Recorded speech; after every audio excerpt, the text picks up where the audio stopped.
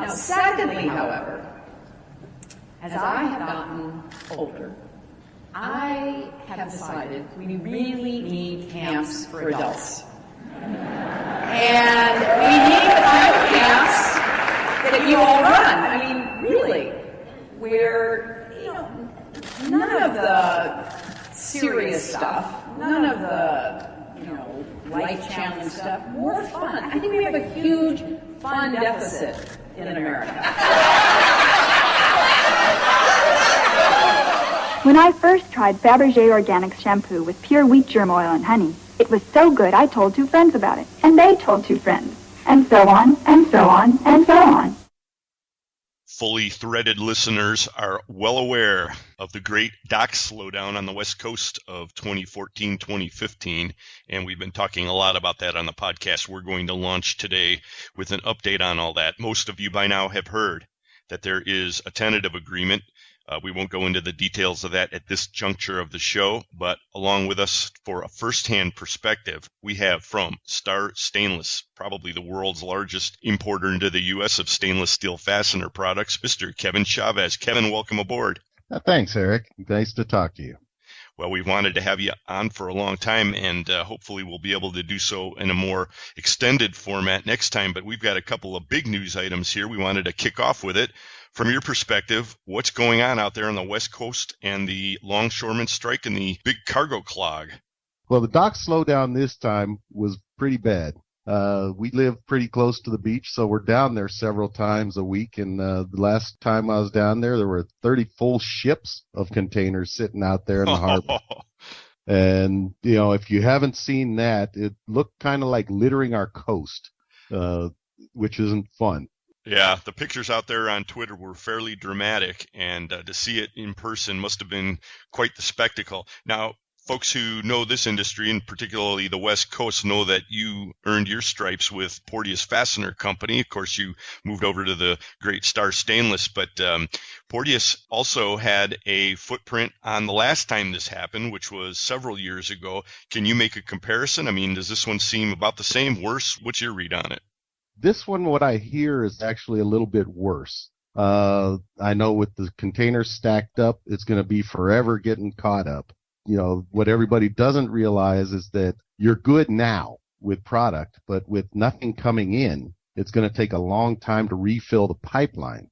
Well, that was going to be my next question. If you had to put money on it, when do you think that gap is really going to hit the streets and the distributors, who are really the main listeners to the podcast, are going to start feeling it? If they're not already feeling it, they'll be feeling it very soon. I know most importers have felt a small run on their inventory. So like I said earlier, with nothing coming in and a lot going out, it's going to take several months once they get back to full speed just to get back up and running. Got it. And of course, we're waiting for the final agreement to be sealed, and we'll keep everybody posted on that. We don't expect that actually to be formalized for a couple of months, just the way the unions work and so forth, but we'll stay tuned for that. Now, you said you live near the beach, and that would be Long Beach, I believe, and that's the site of an upcoming event that I think you know a little bit about, isn't it? Yeah, I'm on the board of the Pac-West Fastener Association, and we've got an upcoming tabletop show along with our spring meeting. Well, those are always wonderful events. What do you have lined up this time, Kevin? This year, we're starting April 22nd with a golf mixer and Rock Bomb Brewery in Long Beach. And then we're moving on to the big event for us, and for most local distributors, it's the fall conference and tabletop. Well, they're always very well attended. As I understand it, you already have 58 suppliers confirmed, and I just am anticipating a big shebang. Now, do you have any insight who's going to be the MC, the master ceremonies for the big banquet where you play all your games and things? Those are always great. Well, this year we're doing one over at Andy Cohn's new house down by Long Beach, and everybody that's registered is invited. It'll be a lot of fun, and as you know, you've been to a few of our events, and it's always good to get together and see everybody and spend time and see what's going on in everybody else's world. Yeah, absolutely. I tell you, the Pac-West has a magic recipe, and I think it's the envy of most of the other associations. So this event is one you shouldn't miss if you even have a slight interest, or if you're in the club, hey, It all kicks off on April 22nd. Where do folks get information, Kevin? Our website is www.pac-west.org, or you could call toll-free 877-606-5232. Again, pac-west.org or 877-606-5232. A good time will be had by all. Kevin Chavis, Star Stainless. Anything else that we can let you launch out there before we let you go? There is one more thing, Eric. This is Kevin Chavis with Star Stainless Screw, and you're listening to Fully Threaded Radio.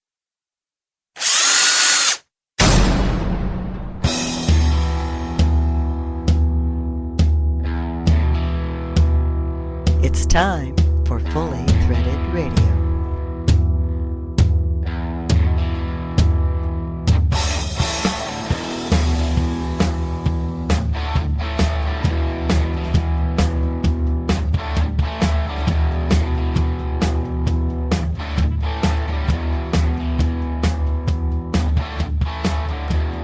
It is Fully Threaded Radio, voice of the FCH Sourcing Network. If you buy, sell, manufacture, distribute fasteners, or if you just think Archimedes was a really cool dude, well, this is the podcast for you. Welcome aboard, everybody. I'm Eric Dudas, he's Brian Musker, and this is episode 92 of Fully Threaded Radio, and we're publishing on March 19th, 2015. Welcome aboard. How you doing, Bri? Well, I'm doing well now that I'm firmly ensconced back here on this side of the Pacific. And welcome back. Great reference to Archimedes' screw, too. Yes. Well, that kind of segues on something that I'm working on, and we'll present that in a later episode. But in the meantime, you're back, and just in time, because it sounds like there's going to be a big party over there at Andy Cohn's coming up next month, huh? Yes, and I did go out to the letterbox. I didn't see my invitation, but apparently must be caught up in the mail, that's all. Well, don't wait for that. Everybody who goes to the Pac-West Spring Conference is invited, and that's going to be a great event. You know, originally I was thinking as an event for this year's Pac-West Spring Conference, they could all dress up as longshoremen, you know, since it's so close to the Long Beach docks. They could unload a few containers, and but this party at Andy's is far less risky. Right. And probably much more enjoyable, I think. Yeah, I'd say so. But I don't know if it'll be as enjoyable as today's episode of Fully Threaded Radio. And that's because our feature segment today is a conversation with Lindstrom Executive Vice President, Mr. Dick Ripley. He has comments on a variety of topics, including his take on the fallout from the longshoremen's work slowdown and the resolution, his time with BBI, and of course, the new game plan over at Lindstrom. We'll also be talking with Industrial Products Company IT Manager Michael White. IPC is using INxSQL software, Bri, and the newly revamped Direct Connect system as well. That, of course, leverages the power of the FCH Scrubber software, everybody. And that's coming up during our first segment. And, as always, Mike McNulty will have the Fastener News Report. This time we recorded him from the floor of the world's largest fastener show, put on by Mac Brooks. That's the Stuttgart Fastener Show. Mike has the FDI wrap-up with Mr. Paul Tiffany, and he caught up with a few NFDA members over there in Germany as well. Plus, on today's episode, Carmen Vertullo is back with the latest Fastener Training Minute, and Jay Minichino has association news brought to us by the Fastener Industry Coalition. So, I think everyone will want to tell two friends about this one, Bri. Right, and so on and so on. That's right. We've got a few sponsors on board with us this time too, don't we? Well, we have, and we like them, and they're very good companies too. The title sponsors of Fully Threaded Radio are Stelfast, Trinity Hardware Headquarters, and Lindstrom. Stelfast, for service you deserve and people you trust. Trinity Hardware Headquarters, for parts done right. And Lindstrom, by any measure. Also sponsoring Fully Threaded Radio are Buckeye Fasteners, Volt Industrial Plastics, Fastenal, INxSQL Software, ND Industries, and Solution Industries, home of Solution Man. So thanks to all of you. You got that right, and thanks everybody for clicking in today. You can get with us anytime at the email address ftr@fullythreaded.com. We'd love to hear from you. We're also out there on Twitter under the handle Fully Threaded. We'll be right back to put a wrench to this one. A turn of the Archimedes screw. You got that one right. Talk to you in just a minute, folks. Looking for package fasteners of all kinds? How about specials or unique parts that no one seems to carry? At Trinity Hardware Headquarters, we believe in parts done right, and our new catalogue is available online at trinityhardwarehq.com, featuring over 30,000 different types of fasteners available in package quantities, product kits, and assortments, including hundreds of hard-to-find parts as well as the most popular inch and metric sizes. Trinity Hardware Headquarters has locations throughout the Midwest and South, and over 400,000 square feet of warehouse space with 18 million pounds of fasteners ready to fill your requirements. Our featured products include number 3 and number 7 head plough bolts, grade 5 and grade 8 carriage bolts, hook bolts, tap bolts, and nuts and washers of all kinds, plus much more.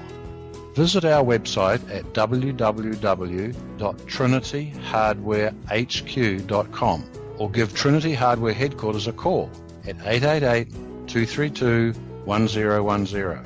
Trinity Hardware Headquarters, for parts done right.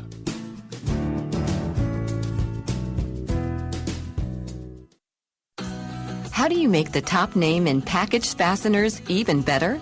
Combine it with one of the best-known names in the fastener business. Announcing that Titan Fasteners is now a proud part of Lindstrom. For more than 50 years, the Titan name has provided distributors with experience, technical expertise, and full customer support in every package that's shipped. For fastener needs in in-plant maintenance, industrial and construction, MRO and automotive, fleet, farm, building and grounds. Available by the box, keg, or pallet. Titan means packaged fasteners, and Lindstrom means choice, flexibility, and value. And together, we now offer more than 133,000 SKUs. For value-added fastener solutions in metric or inch, turn to Lindstrom and Titan Fasteners. To learn more about Titan Fasteners, visit titanfasteners.com. Lindstrom, by any measure. To speak with a sales representative, call 1-800-789-8112.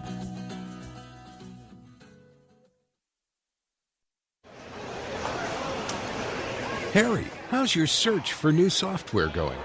We've looked at a lot of systems, some with the same old technology, and others didn't seem like they knew much about what we did or needed.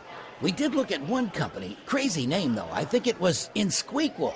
You mean INxSQL? That's INSQL. That's what we use. We've become much more efficient, and we've been able to offer our customers more services, which makes us more competitive.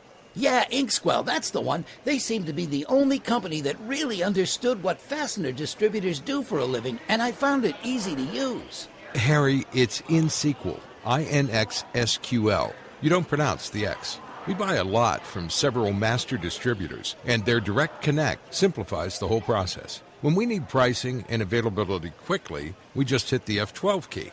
If you don't pronounce the X, why put it in there? A friend told me they get great support from INxSQL. Yes, with INSQL, our experience has been the same. Quality support.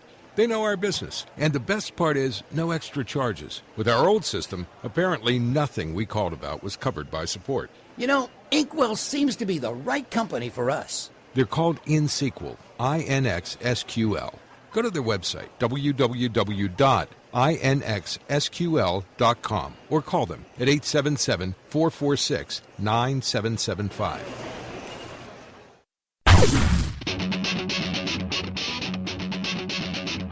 When top quality and outstanding service are at the top of your list in fastener suppliers, turn to Stellfast. Since 1976, Stellfast has grown to become an industry-leading importer and manufacturer of the highest quality industrial fasteners, specialty items, and automotive parts. Our array of facilities across North America and in Asia, along with full quality control labs and ISO 9001-2008 certifications, ensure the highest quality parts, and at Stellfast, they're delivered with undisputed service excellence. We're family-run and dedicated to your success. Our customers have come to depend on the expertise of our staff and the quality of our products.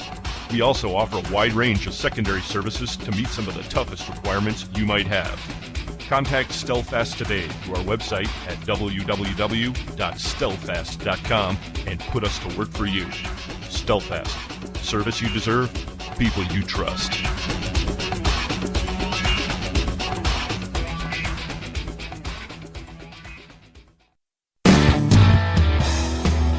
Hi, this is Dave, the voice of Buckeye Fasteners and Old Rusty Gold Beer, the preferred beer of the traveling salesman. And you are listening to Fully Threaded Radio.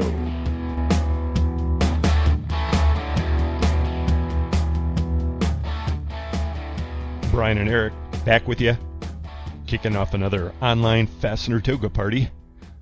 Fully Threaded Radio. Right. This is not a toga party put on by any one of the associations. Associations, yeah. No. And what do they think about us in the rest of the world when they hear stuff like that? I don't know. But I'd like to give a shout out to one of our international listeners.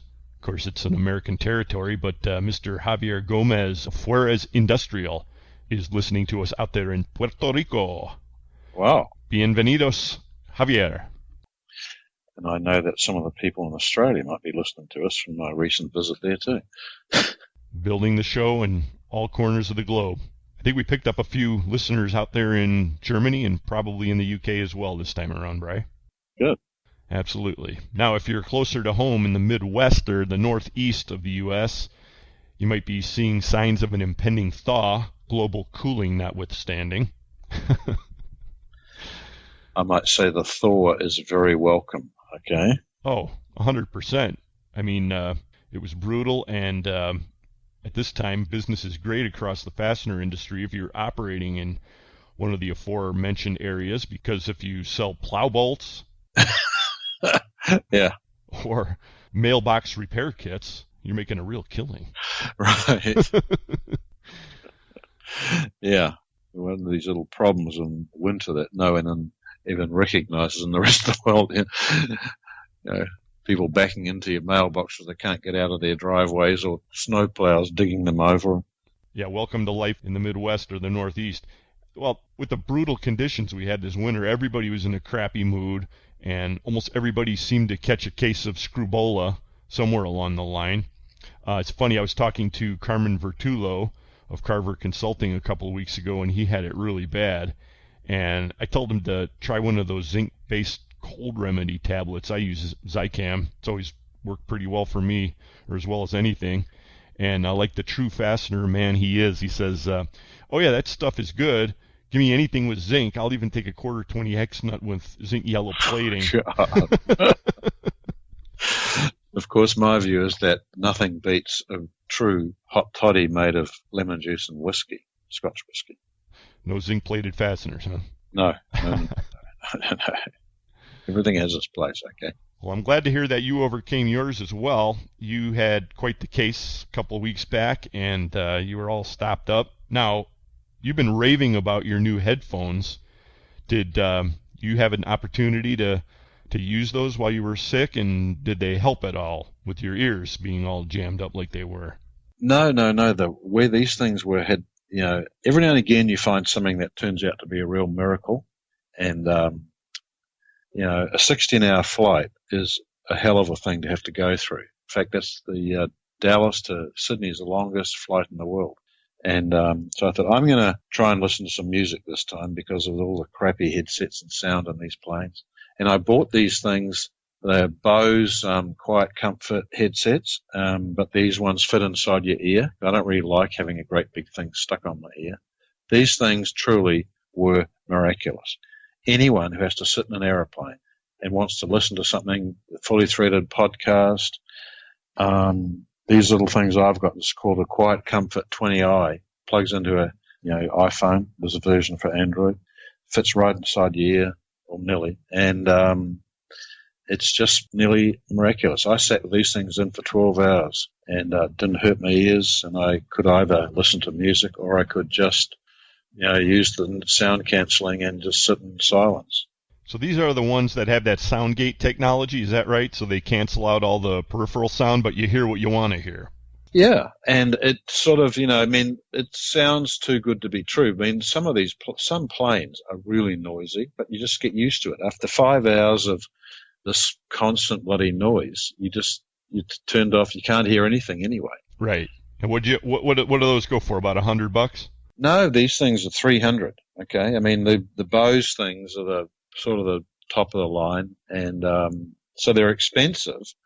But then you have to figure in what's the cost of sitting there, being deafened for 15 hours. Right. Well, you're also a guy with a heated jacket, so you kind of like your gadgets. I know. I've always resisted these things because I never wanted to sort of be in a plane with these bloody great big headphones stuck on my head or things. And these ones, you can be relatively innocuous, okay? Right. Got it. And they work. Got it. And I'd like to thank our sponsors for those earphones. You don't have stock in Bose, do you? No, I don't. But full disclosure. Yeah, these ones worked, okay? They work just as they said, though. Very cool. Well, I'm glad you have your headphones. You can listen to Fully Threaded or any other podcast that you'd like while you're on those long flights, and that you're over your screwbola, and that we're coming into spring, hopefully, and all that good stuff. And also, speaking of spring, there's a big event coming up this spring taking place in Independence, Ohio, May 14th. Last year it was downright balmy for the NCFA Distributor Social, NCFA being the North Coast Fastener Association. We mentioned on the show previously, Bri, that we're honored to be participating again this year. Yeah. And it's been a little while since we did this, but we'll be participating in a panel discussion. And we can give you a little bit more detail on all of that now. Of course, our friends over at ND Industries are also participating. They're opening their doors for a plant tour. And you'll be able to meet with a whole lot of people at this event, including people from Stelfast, Buckeye Fasteners, Solution Industries. As I hear it, kind of a big deal in the industry, Jackie Ventura will be there. And even Mr. John Walkman of the Fastener Training Institute as well. So with regard to the panel discussion, I can give you a little bit of detail on that, as I said. And I'd like to thank you in advance, Mr. Musker, because you're on the panel this year. This is going to be exciting. That'll be fun, and hopefully a little educational. Oh, it goes without saying.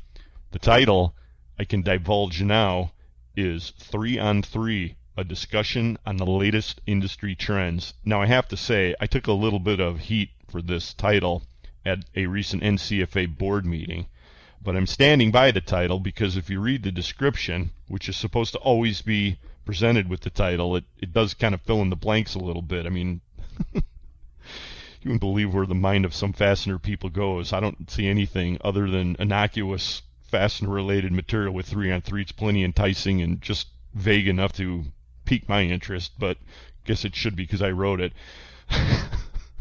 You're biased. You always were, anyway. The description is, during a fast-paced lightning round style panel discussion, 3 of the industry's deepest thinkers, that's you, Bri, will share their perspectives on 3 important trends now emerging in the industrial fastener industry. Changing buying habits, a shifting supplier landscape, reshoring, nearshoring, additive manufacturing, and more. As they converge, how will these trends affect the industry and your business? Moderated by Eric Dudas of Fully Threaded Radio and the FCH Sourcing Network. Wow, now I feel a little humbled. I might have to actually do some rather careful reading. When did you put me into this? Well, now you agreed to it. I mean, maybe it was during one of your screwbola bouts, but maybe. You'll be in very, very good company because joining you on the panel will be of the Midwest Fastener Association and Abbott Interfast, Mr. Bob Bear. Oh, good. That's right. And Ryan Curtis of Stelfast and the Young Fastener Professionals. So it's a pretty good lineup, and I think the format of this panel discussion is going to really keep things interesting, aside from the talent pool that we've got participating. Again, that's the North Coast Fastener Association 7th Annual Distributor Social, May 14th. Okay, cool. Well, I will be there, clearly. I'm counting on it. Partly brought to you by your friends at Fully Threaded Radio and the FCH Sourcing Network. Yeah. And folks, by now I'm sure you've gathered that Brian and I have a lot to do with the FCH Sourcing Network. In fact, we're the guys who bring it to you. It's an online sourcing network, perfect for any time you're looking for a hard-to-find fastener inventory item, or maybe your stuff is on the water or in an unspoken port somewhere, hasn't gotten to you yet, you need it right now, get out there. The website is www.fastenersclearinghouse.com. Free to use. On the other side of that coin, if you're looking to move some inventory, give us a call. We'll make your phone ring. Right. 1.1 million line items, so there's bound to be something of anything you can possibly look for. I would hope so. If not, the Source Finder system will help you, and we can get into that at a later time. I think most of you know what that's all about. Of course, FCH relies heavily on a piece of software that we wrote just for that job, and that's called the Scrubber. Brian, that software is something that you've been nursing along for 7 some odd years now, and you keep making improvements to it. What have you done lately with the FCH Scrubber? Right. Well, just in the last week, actually I've put the ability to handle facade numbers or detect them, because it sort of helps the Scrubber a lot if it detect a facade number. It sort of knows everything about it except the size.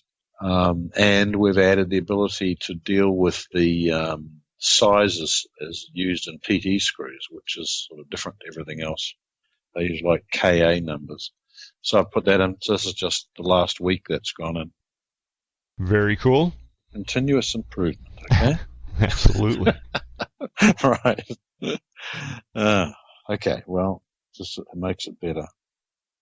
So, that's the latest in Scrubber news. Right? Keep up the good work with that. The continuing process, okay? Yes, never ending. Yeah. Yes is for Scrubber, folks. And, on the subject of Scrubber, we have a gentleman on the line with us right now who can speak a little bit to it, and in an interesting way, because it supports an interface that we have, a lot of you know, with the ERP platform INxSQL software. That gentleman would be of Industrial Products Company, Mr. Michael White. Hi, Mike. How are you? How are you guys doing today? Mike, we're doing good, thanks. Yeah, thanks for joining us. Now, you're an IT guy for IPC. We don't normally get to talk to the IT people. It's usually warehouse people or sales or, in some cases, manufacturing. So we're right at home with you on the show. Well, I appreciate that. They don't let us out of our cave too often, but but it's a very big cave, though. Okay. How many monitors you have in your area? Well, fortunately, I'm only getting a suntan off of 2 of them right now, but there's plenty around, so Command Central. Good. So, as I was saying, you folks have been using INxSQL for a while, and tell us a little bit about how you're using the interface, because what some people realize, some don't, is that quietly working in the background with the INxSQL FCH platform, or the interface, I should say, is that the Scrubber software is working to support all that. What are you guys doing with it? Primarily right now, we are using it as a sourcing tool.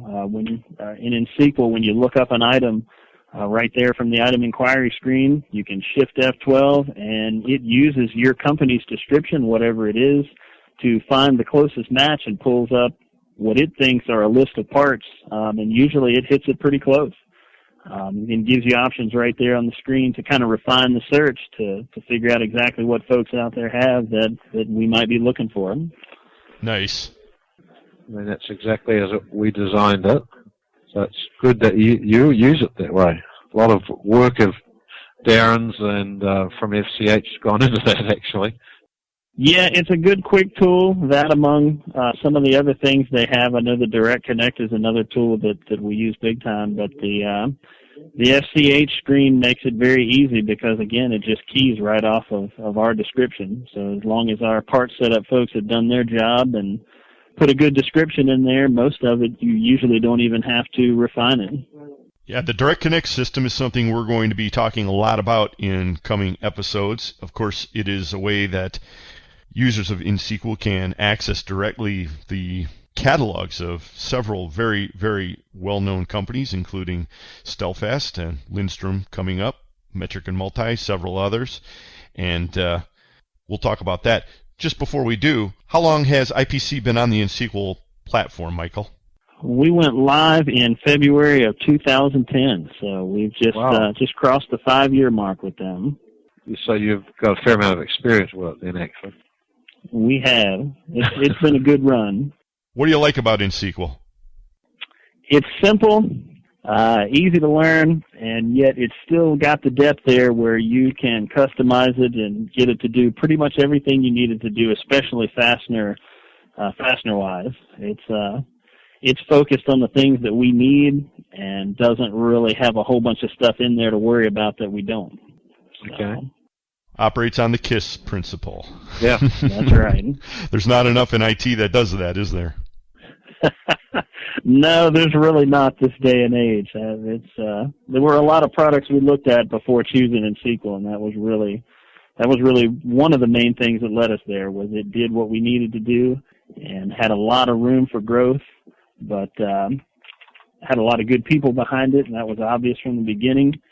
But it didn't go overboard like some of the other solutions where we actually would have spent more time paring it down to the business processes that we would have used than we would have focusing on learning what was there that we would need. Yeah, that's an excellent comment. People don't realize any system that you buy, you're going to use part of it and not all of it. All the modules probably are not applicable, but spoken like a true IT person. Now, when you got into the system in 2010, of course, Direct Connect was not something that's available. I guess it's icing on the cake. A lot of people are moving in the direction of INxSQL because of it now, because it is a great selling tool. How is IPC using Direct Connect through INxSQL? We got our feet wet with it a couple of years back when they started it with Porteous and have continued growing with it when they moved that. Brighton Best was kind enough to pick that up and work with INxSQL as well and keep that going.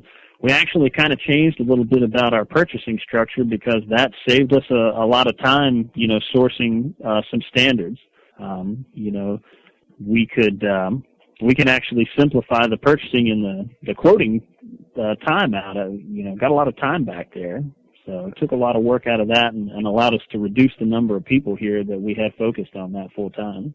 Oh, interesting comment. Okay. One of our favorite companies, Stelfast, as I mentioned, is a part of that. Seeing them turn up in any of your searches lately, Mike? Yeah, we sure have. I was actually looking at a 1/4-20 washer not too long ago here, and the first 2 entries that came up were from Stelfast, as a matter of fact. So spot on. Interesting. Very interesting. I wonder how that happened. It could be that we sort of loaded them up on FCH recently. There you go. Well, everybody, if you haven't set eyes on this thing yet, when you see the INxSQL people at one of the shows or one of the association events, let them know you heard about it on Fully Threaded Radio. Or if you're already an INxSQL user and you're not taking advantage of Direct Connect or the FCH search from within INxSQL, don't miss it because it does add a lot of benefit to the platform overall. So appreciate the feedback on that, Mike, because we're always trying to get the word out on it, and there's nothing like somebody who's actually got their hands on it to prove the point. Having said all that, what's the latest with Industrial Products Company? You, of course, are based, I should have mentioned, out of Lynchburg, Virginia, and you've got a lot going on, don't you? You're in a lot of markets. We are. We've had a lot of growth, especially over the past few years. We're based here in Central Virginia, but we're very spread out. We've got locations across the U.S. And actually a quickly growing sourcing office over in China, which has been a big help. Just sourcing things from all different parts of the globe, not just China, but Taiwan and India and lots of other places. But most recently, I guess here we've been getting fired up on a lot of things in the rail industry. So that's a growing area. A lot going on in rail these days, and IPC is really privileged to be a part of a lot of that. Did you feel the effects at all of the West Coast slowdown? We have, doing a lot of sourcing overseas. That kind of is something that our materials folks have been watching closely. I know they've been diverting several shipments to the East Coast, which with all the people doing the same thing, I think even the East Side has gotten backed up a little bit from what I understand. That's what we hear. we've had to divert quite a few things from the West Coast over to Norfolk and bring it in that way. So always something. Yeah, well, I'm always interested in getting the perspective of somebody on the East Coast, because normally you wouldn't think that West Coast cargo would really have that big of an impact, but it does. I mean, the stuff coming from the East comes in through the West Coast, so it comes from the East, goes to the West Coast, then it heads to the East. It has a big impact, and really we try to be strategic with which ports we bring things into and how we handle the freight, so that once it hits the ground, we're not, spending quite as much on ground shipment once it gets in the country and all that. And having a lot of locations in the West Coast, we try to balance and harness wherever we can to get the material in the right place. So for all the locations that we do service out west, it definitely puts a pinch on things right now, having to bring it in on this side of the map. I'll bet. How do people get a hold of Industrial Products Company, Michael? Well, the best way, you can check us out on the web at ipcglobal.com. Yeah, or you can contact us at our toll-free number, 1-800-446-7899. What could be easier? Kind of like sourcing through INxSQL and Direct Connect. Yeah, there you go. Well, Michael White, always good to hear about people who have their hands on our products out there in the real world, not the virtual world, and we sure do appreciate you joining us on Fully Threaded Radio. Thank you guys for having us today. We appreciate it. Been a pleasure. And we'll be right back with more Fully Threaded Radio. Brian and Eric, your online Fastener Talk Radio brothers in thread. Fully Threaded Radio. I need quarter 20x2 zinc-plated socket head cap screws ASAP. My customer has a line down and needs Saturday delivery. Help! Solution Man can. I have over $1 million in zinc-plated sockets in stock, and I'll gladly drop ship directly to your customer on Saturdays. Visit the Solution Industries website for details at solutionind.com. Is there anything you can't do, Solution Man? When it comes to fasteners, nothing I can think of, ma'am. I'm not too good at bowling, though. Mick Jagger once said, "You can't always get what you want." Well, that's just not the case with Trinity Hardware Headquarters. You can get what you want, and you can get it fast. With over 30,000 varieties of fasteners and new lines of package clamps, carriage bolts, and plow bolts, you've entered Fastener Paradise. Trinity Hardware Headquarters also provides a long list of services to complete your fastener experience. New services such as custom packaging, kitting and polybagging, mill shipments, hold and release in pallet or quarter keg shipments make Trinity Hardware Headquarters your one-stop shopping destination. They also offer secondary services such as patching, machining, drilling, coatings and platings, and parts to print or industry standards. You know, Mick also complained about not getting any satisfaction. He just hasn't yet come to Trinity Hardware Headquarters. And don't forget, you can order 24/7 online from TrinityHardwareHQ.com or call 888-232-1010 anytime. Trinity Hardware Headquarters for parts done right.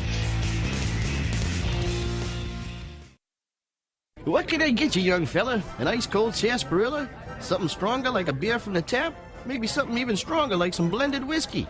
Those sound like interesting choices, but I'll have an old rusty bolt. You ain't from around here, are you, young fella? No, sir. I'm from Cleveland, Ohio. Cleveland, Ohio? Every time we sold old Rusty Bolt, the fight would break out because we couldn't keep enough in stock. I don't want to have to keep fixing this place up. But I've traveled a great distance, and I've had my taste buds set on an old Rusty Bolt. I might have one tucked away in the bottom of the cooler. Yep, here it is. Hey, he's got an old Rusty Bolt! Let's get him! I warned you! Old Rusty Bolt beer, causing civil unrest since the 1800s. The preceding message was brought to you by Buckeye Fasteners and the Ohio Nut and Bolt Company, proud Fastener Show sponsors of Old Rusty Bolt beer, official beer of the Traveling Salesman. Hi everyone, it's Brian Musker. If you're listening to Fully Threaded, then you're no doubt aware of the FCH sourcing network found at fastenersclearinghouse.com.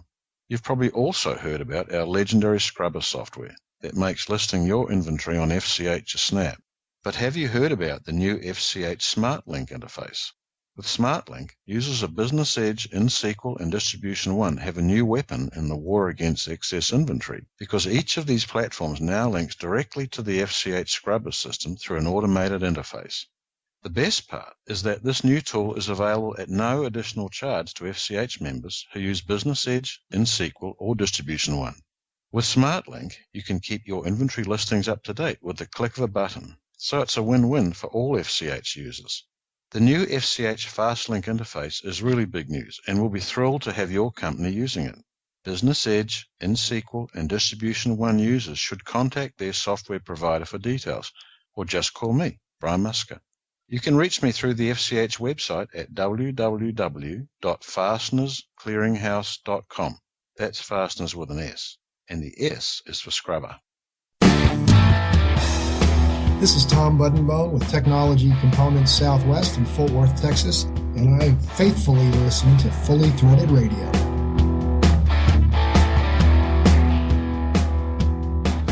Hey, Bri, I received an email from our buddy Robert Lopez, he of Specialty Sales, and also these days of the Fastener Pro Alliance. Seems he's involved in promoting an event we first heard about from our friend Rebecca Day over there at Exact Fastener and Supply out in Irvine, California. This year's Aircraft Hardware Sales Association Bash, which has turned into something of a cult event, almost like a Fastener rave, you might say. Wow, it seems sort of a little specialized.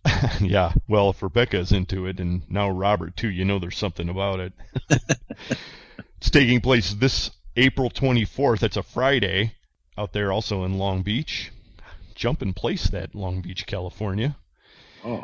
But this thing goes from 5 p.m. to 2 a.m., and this year's theme of the AHSA Bash is bikers and I think all things Harley based on the PDF.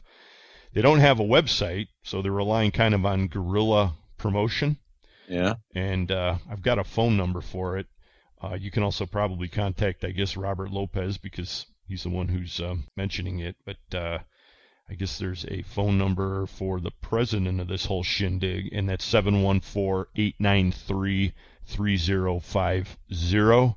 Or if you've got a Google machine on your desk, just go out and look for Aircraft Hardware Sales Association. I'm guessing you can probably find it that way. But Robert wanted to let us know, to let everybody, at least on the West Coast, that it's a big party. And, geez, in the past they've had all kinds of interesting themes, cowboys and Indians, among other things. Something seedier comes to mind as well. One year. So how is this associated with aircraft? Well, I guess they know how to party. And okay. That'll work. Yeah, I'm gathering that it actually puts the bourbon room to shame. And this is the fastener industry. Well, a special segment of it, yes. The liquid side of it. Well, we'll be hearing about all kinds of associations and events courtesy of the Fastener Industry Coalition coming up in just a minute. And then, of course, the Fastener News Report. But don't forget, everybody, that also an event coming up on September 9th and 10th. Yes, it's the return of the All-American Fastener Show. Heading out for that one, Bri? Yes, I think I am. Very cool. That's happening in Nashville. And the website is allamericanfastenershow.com. Get out there. Heidi Voltrauer will be glad to hear from you. They have a special running right now if you're still thinking about exhibiting. They've got a discount. I think it's $100 off your booth if you get out there by the end of March, I believe it is. Okay. The All-American Fastener Show. Well, let's take a moment right now and get with Jay Minichino, he of the Fastener Industry Coalition. I kind of messed up because I didn't realize that Mike McNulty was going to be in Germany at the Stuttgart show. So Jay originally thought this was going to play during the Fastener News Report. Anyway, we had to splice it up a little bit, and we're going to play it this way. But here it is, the Fastener Association Report with Jay Minichino of the Fastener Industry Coalition. All right. And now on to association news. Midwest Fastener Distributor Association. Mark your calendars for Fastener Tech Show and Golf Outing, June 8th through 10th in Chicago, the heart of the fastener industry. The floor plan is 95% sold out. Show management is looking to add exhibit spaces. For more information on any of these events, please visit their website at www.mwfa.net Or for more info on Fastener Tech, please visit www.fastenertech.com. Metropolitan Fastener Distributor Association.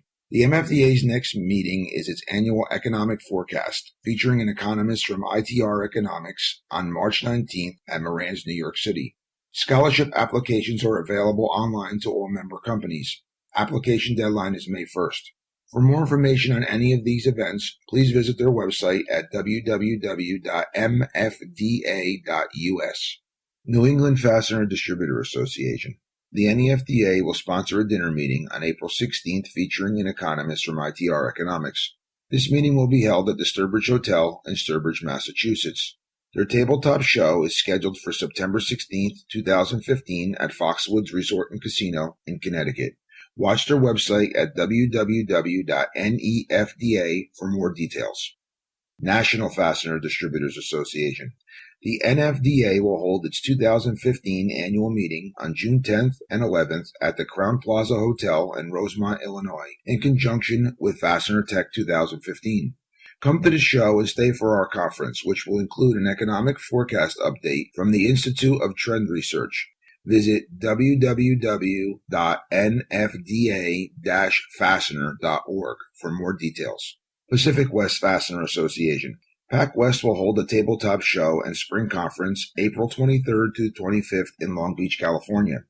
Due to overwhelming demand, additional hotels have been added for housing. The education program consists of leadership skills, an economic update, and fastener training. Visit www.pac-west.org for more details. Southeast Fastener Distributor Association. CIFA Spring Conference celebrating their 40th anniversary will take place in Nashville, Tennessee from April 21st through April 23rd. Tabletop show, golf outing, informative sessions, and social events will be featured. Join CIFA in the Music City for this great networking event. Conference brochure and registration materials can be found on their website at www.thecifa.com. Southwestern Fastener Association. The SFA is hosting their 2015 Spring Conference from April 30th through May 3rd at the Hilton Buffalo Thunder Resort in Santa Fe, New Mexico. Featured speaker will be Joe Greenslade of IFI. For more information, please call 713-952-5472 or visit their website at www.sfa-fastener.org. Women in the fastener industry. Wi-Fi would like to congratulate Tricia Dyer, the Wi-Fi's 2014 Wall Scholarship winner, for her successful completion of Fastener Training Week in February. It is not too late for women to become members of Wi-Fi this year and apply for the opportunity to attend fastener training, or receive the Edith Cameron Scholarship to attend 2015 Industrial Fastener and Mill Supply Expo in Las Vegas. Please visit www.womeninfasteners.com for more information. This association news has been brought to you by the Fastener Industry Coalition, bringing the industry together, one fastener at a time. Thank you, Mr. Minichino. You can catch the Fastener Industry Coalition online at their website, which is fastenercoalition.org, or at a fastener industry event near you. Right. I'm over at their website right now, Bri, and it clearly says as the headline, "Who are we?" A question asked by more than just those people. Well, I presume they have the answer to that. And if you're looking, folks, get out there to fastenercoalition.org. Yep. The Fastener News Report is brought to us by Volt Industrial Plastics, and this time, Buckeye Fasteners. Appreciate your input, folks. And, of course, all our great title sponsors, they being Stelfast, Trinity Hardware Headquarters, and Lindstrom. As always, we appreciate each and every one of you clicking in and listening to the podcast, folks. We couldn't do it without you. Right, and now if you're flying, you can listen to it in excellent quality. That's right, if you have $300 headphones. Well, there is that. That's the downside. Yeah. I wonder if Mike had those while he was in Stuttgart or flying over there. He would have wished he did, okay? I can tell you that right now. Well, we'll have to ask him next time around. But for now, from the floor of Stuttgart, we recorded Mr. Mike McNulty and the Fastener News Report.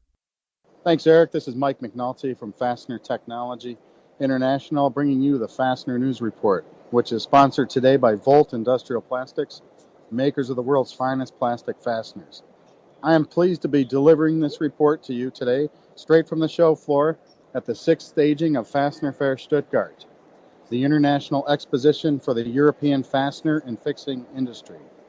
Well, the weather is sunny and balmy in Stuttgart, Germany compared to Ohio, and there are large quantities of food and beer in abundance, but there are hundreds of exhibit stands here to keep me focused on fasteners and ready to deliver the Fastener News Report. First up, we have the latest results of the Fastener Distributor Index, also known as the FDI. We also have headlines from Brighton Best International, Easy Sockets, A. Raymond, the West Coast Ports, the British and Irish Association of Fastener Distributors, Fastener Tech 15, and Brugula OEB in Italy. We will get to all of that and the February FDI results right after this. Whether you need a small or large number of fasteners, there is no reason why you should have to sacrifice quality or service for that matter. Volt Industrial Plastics takes great care with each and every order to ensure you receive a quality fastener in a timely and affordable manner. Our state-of-the-art production equipment allows us to produce any quantity you request quickly and efficiently. And with same-day shipping on nearly 1 million in-stock fasteners, we carry an inventory so you don't have to. Visit us online at voltplastics.com to find out more about our quality American-made products. Volt Industrial Plastics, manufacturer of the finest plastic fasteners in the world. First, there was fire, and man said, "Fire, good." Then there was the wheel, and man said, "Wheel, good."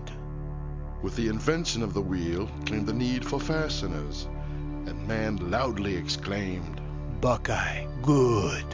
Buckeye Fasteners, providing quality products since the dawn of man. The preceding message was brought to you by Buckeye Fasteners and the Ohio Nut and Bolt Company, proud fastener show sponsors of Old Rusty Bolt Beer, official beer of the Traveling Salesman. Tell 'em Grog sent you. Ugh. I need 5,000 3/4, 10 by 9 and 3/4 grade 8 zinc yellow tap bolts right away, but they're not a standard size.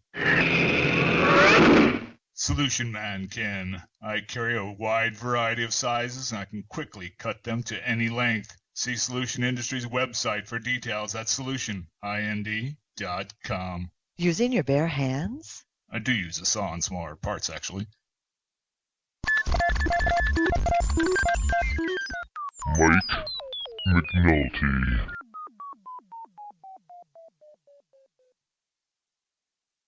In February, the FDI, which is collected and analyzed by the FCH Sourcing Network and the National Fastener Distributors Association, dropped again to a level of 50.4, its lowest recorded level since the end of last summer. To get the details on this month's report, Eric Dudas filled in for me, and he talked with NFDA President Paul Tiffany. The Fastener Distributor Index reading came in at 50.4 in February. And for those of you keeping score at home, that represents the third straight month the index has slid. Hi everyone, Eric Dudas here for the traveling Mike McNulty, and I'm joined now by NFDA President Paul Tiffany to discuss the latest FDI number. Paul, thanks for joining us on Fully Threaded once again, and what do you make of the latest reading? Well, good morning, Eric. I don't think there's any big surprise seeing slowing coming this February and really the last 3 quarters. If you look at the trending from the chart, even with the seasonal adjustments, it's been typical for the last 2 to 3 years. So I don't think it's any big surprise. I think probably more importantly, I think people are looking at what's going to happen the second quarter of the year. But most distributors, I think, would agree with this and aren't really in a panic over it. Well, that's good to hear. Panic's never a wise thing, either in FDI or plane crashes, things like that, but fire drills. We'll talk a little bit more about sentiment in a moment, but let's take a look at the current reality. What we see with the 50.4 reading is a continued slide. So we peaked in November of 2014 at 60.1, and since then, every month has been slightly lower. Now, we're still above the 50 baseline, but there is a noted decline. How do you read that? Well, I think the biggest part of that decline came from sales. And in previous discussions that we've had, and I think what people are looking at we obviously didn't see a big panic with the the West Coast port problem, which is not a bad thing, but I think it's going to catch up to us. But I believe sales, in most of our reporting, the end user has stated that their inventories are too high. And what we are getting from our distributors is that the end user is trying to lower their inventories. They are either just cutting their number because the stock level is too high and they're obviously paying for space, or they're switching to a just-in-time inventory. So that being said, they're burning through their inventories, but they're not replacing it on the same level that they have been replacing it. So I think that's part of it. I would also still say that when you look at our industry by industry, that you might see aggregate is slowing down, but when you look at consumer spending, you see automotive and construction going up. So I believe that it's heavy because of inventory reduction, but I think we're also seeing a decline in some industries, but not all.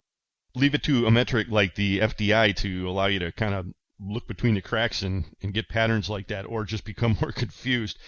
Incidentally, everyone, the number for sales that Paul's referring to in February, that figure came in at 45, and that was a 19.6 decline from January when we experienced 64.6. So that sales figure really did take a hit.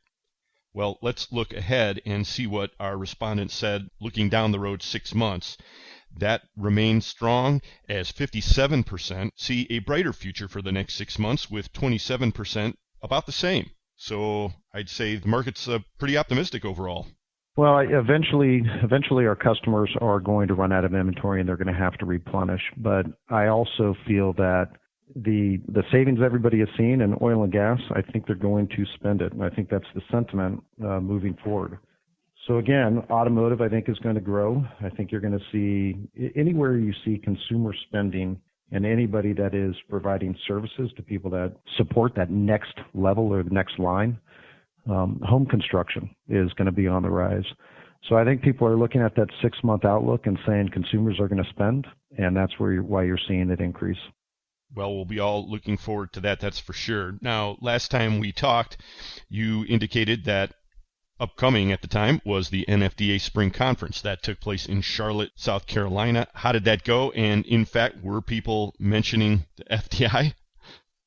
You know, there actually was quite a bit of discussion on the FDI. We always look for engagement opportunities where, as a group, we can sit down, and that's really where most of my information gets driven from, because the NFDA covers so many industries in so many different parts of the U.S. and Canada. But we had over 110 attendees. It was a little bit, I think I promised sunshine on the last time I was on, but it was a little, I can't predict the weather. The only place I can predict is in Phoenix, where it's always going to be hot and sunny. But it ended up being a great conference, got a lot of information, had great executive level content, and again, over 100 attendees. And yeah, everybody, I think, had something to say about the FDI. Well, those NFDA conferences are always a benefit. Anybody who hasn't been yet, think about it. The website, of course, for the NFDA, nfda-fastener.org, and it's a great organization. People who are interested in getting involved with the FDI survey, which is a very quick-to-take monthly survey online, please get out to the website www.fdisurvey.com. And we'll shoot you an email each month when it's time to fill that out. And as the number of respondents grows, the validity of our tracking, we're going on about 4 years now, gets better and better. We also thank the NFDA for their support with this. And we, at this point, couldn't do it without you. So we really appreciate that and your participation on the podcast today. Paul, thanks so much. Thank you, Eric. Appreciate your time. And we'll talk to you next time. Once again, this has been a summary of the FDI reading for February, again coming in at 50.4. Back to the Fastener News Report. Next up, today's Fastener Newsmaker headlines.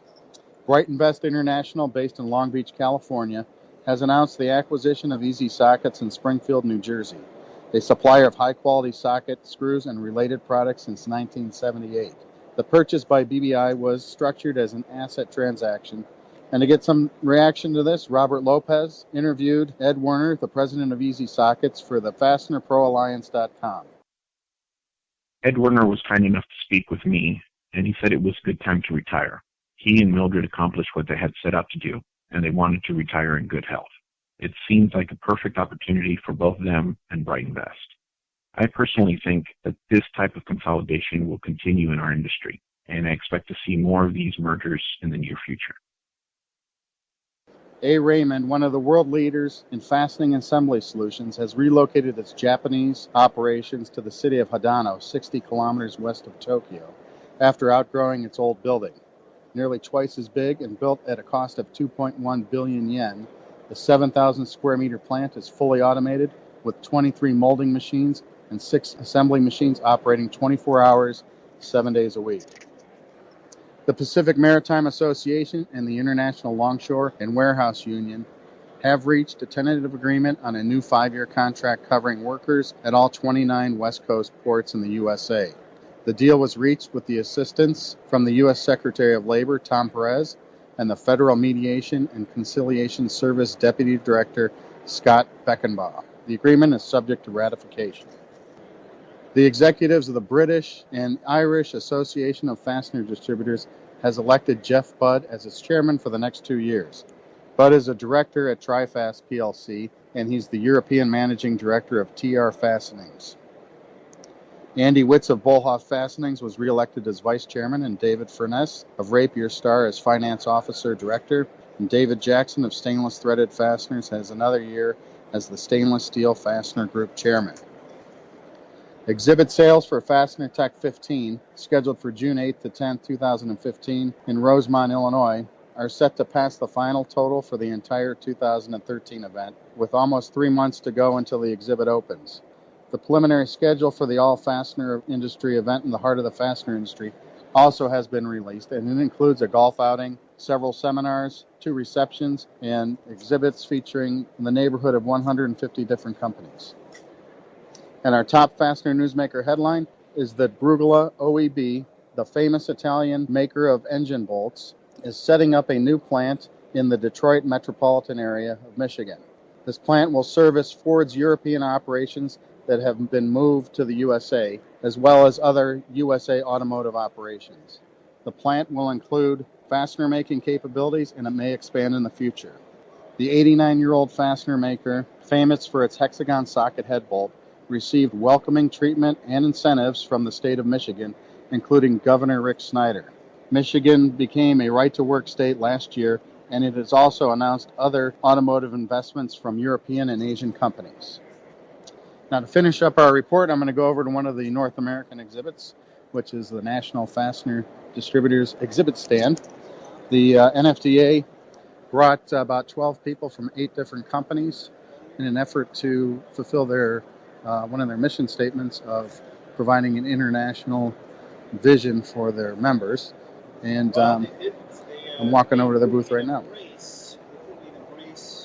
First up, we're going to talk to Hank Stock. He's the manager at Spencer Products, and he traveled here with the NFDA to come to the Fastener Fair Stuttgart. So I'm going to let him tell you why he came and what he thinks of the show. Hi, Hank Stock from the Fastener Fair here in Stuttgart. We're basically here for to touch base with our European suppliers, both at UK and mainland Europe. Also trying to catch up with a lot of our Asian fastener base. There's quite a bit of people from Taiwan and China here. Otherwise, looking for new opportunities, new products. It's been a pretty good show. A lot of energy, a lot of people here. So everything's been fantastic. Was in the Cologne show a couple of years ago. It was a lot more tools and such. This is pretty much purely fasteners, and it was great to be here. Yeah, that was Hank Stock. He's manager at Spencer Products, and we're also going to talk to Vicki Lester. She's the executive vice president of the NFDA. Hi, everybody. One of NFDA's primary missions is to help our members thrive in the global marketplace, and you just don't get much more global than being here at Fastener Fair Stuttgart. Obviously, there's a strong contingent of European fastener suppliers here, but there also is a very good representation from Asia and other parts of the country. Not too many North Americans, but I'm looking right now at a big display for the Elgin Group, so it's good to see the big sign that says American Made right here in Stuttgart. One of the things we did for our guests this year is we arranged a tour of the Worth Industry Service Center in Bad Mergentheim and got to see their amazing Kanban system. We spent a good part of a day just touring the facility, and it was just amazing. I'm very grateful for the folks at Worth who made that possible for us. We've had, nearly 20 members drop by the booth while we've been here. I've been taking pictures of everybody and tweeting them, so I hope you all have seen them. If you haven't been to Fastener Fair Stuttgart, I highly recommend you come some year. Thank you, Hank, and thank you, Vicki, for talking with us here from the NFDA booth to give us your insights on Fastener Fair Stuttgart. It's good for the NFDA folks to be here and to participate, and we appreciate seeing some other Americans here at the show. This has been Mike McNulty from Fastener Technology International, delivering the Fastener News Report live from Fastener Fair Stuttgart. Please be sure to send your comments, news, corrections, complaints, and ideas to McNulty@FastenerTech.com.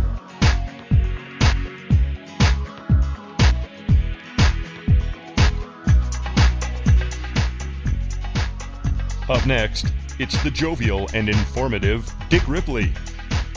Don't miss it. It's Fully Threaded.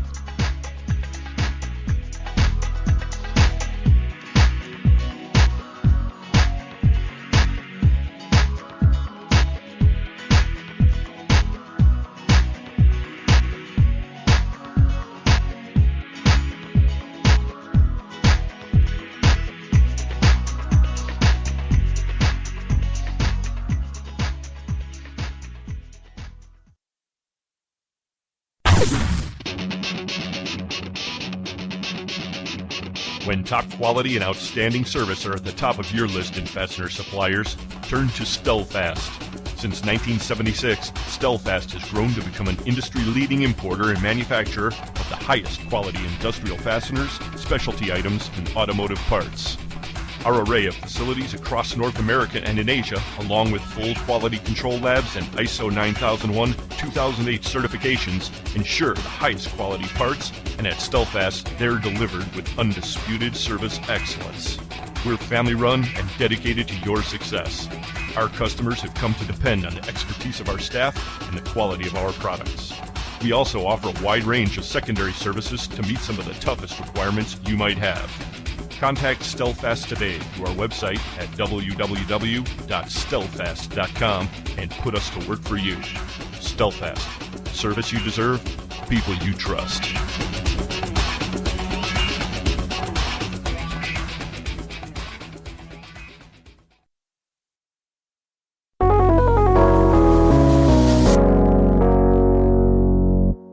Hey everybody, this is Carmen Vertullo from the Fastener Training Institute bringing you the Fastener Training Minute. Today I want to talk to you about a very important thing for fastener suppliers, and that's risk management. As you know, the product that we sell, that we use, that we manufacture gets used in a lot of applications where if it doesn't work right, things can go dramatically wrong. So we need to make sure everything we do is done correctly and our product is reliable.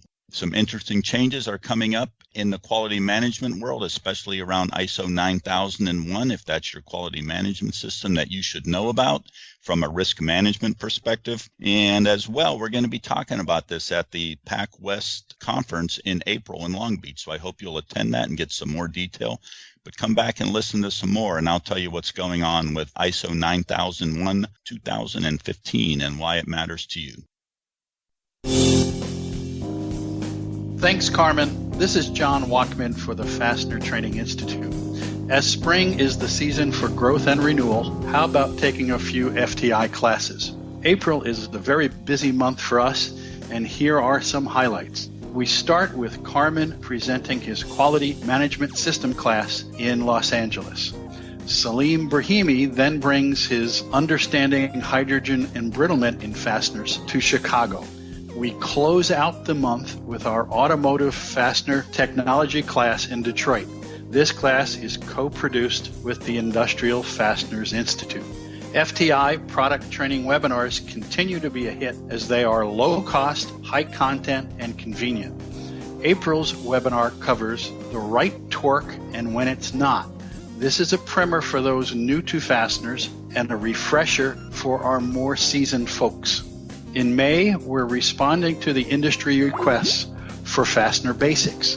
This will be our first multi-week webinar and will be presented on 3 consecutive Fridays. Carmen Vertullo, our resident webinar trainer, assisted by Joe Morris, the producer of our webinar programs, promise this will be a great way to get your relatively new employees up to speed. Each session will consist of a 60-minute presentation with a 30-minute question and answer period. Please visit our website, fastenertraining.org, to see our complete schedule with class and registration details. Now back to Carmen Vertullo for our Fastener Training Minute.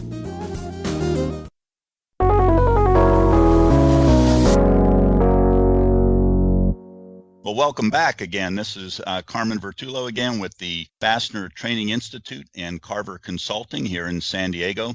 It turns out that every now and then, the folks that run ISO 9001 decide it's time for a change. And if you have an ISO 9001 quality management system, you're used to that. So the new version is 9001-2015. It has about hit the streets. And one of the big changes has to do with risk management. You're probably, if you have a quality management system, familiar with the terms preventive action, corrective action, continuous improvement, and so on. Well, believe it or not, that terminology will more or less go away when we go to ISO 9001-2015, and we're going to focus on risk management, risk planning, and mitigation.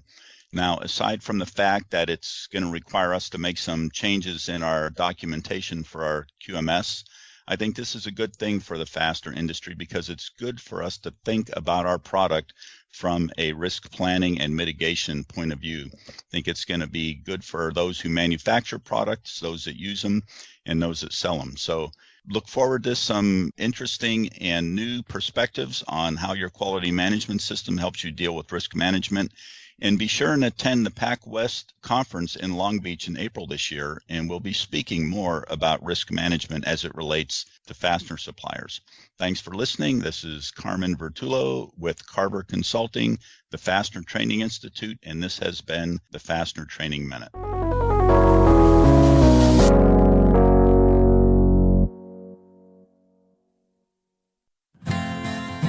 ND Industries has been solving customers' toughest problems through innovative technologies, competitive pricing, and industry-leading service since 1955. A family-owned business, ND Industries manufactures and applies fastener locking, bonding, sealing, masking, and assembling products. Their pre-application process makes fasteners ready to use at the point of assembly, resulting in reduced labor costs, time savings, and superior quality assurance. As a fully integrated company, ND handles all aspects of operations from formulating custom chemical compounds and coating fasteners to providing inline inspection, packaging, and delivery services. ND Industries serves the global market with 13 divisions in the continental U.S. and also facilities in Taiwan, China, and Turkey. Learn more about ND Industries at our website at www.ndindustries.com. ND Industries, innovative technologies, competitive pricing, and industry-leading service. Contact ND today.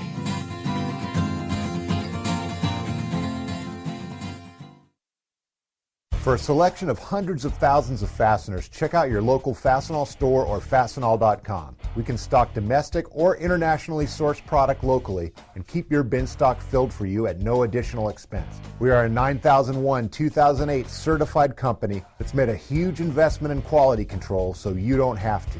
And if you can't find it on our shelf, we can make it for you at the quantity you need at one of our many manufacturing facilities.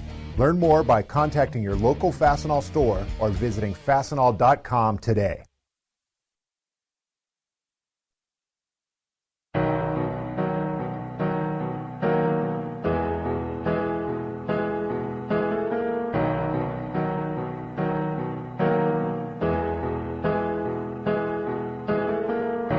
Imagine there's no fasteners. Beacon Fasteners would have to change its name. Should start to sell adhesives, or perhaps Velcro if that's your game. Imagine trying to sell memberships at the NFDA. Imagine there's no cap screws, 'cause if that did come true, nothing to hold stuff together except for things like duct tape and glue. Imagine threaded fasteners bent like a fully auto 22. You may say this is highly unlikely, and I guess that's really true. But if they destroy the Second Amendment, what could stop a ban on screws? Imagine Joe Poplinski without a screw to sell. Forget about hydrogen embrittlement. It'd be a different kind of hell. Imagine telling our children how our country fell. You may call me a fastener extremist, but I wish the world were one. And since I can't really see that happening, I'll be keeping my screws and my guns.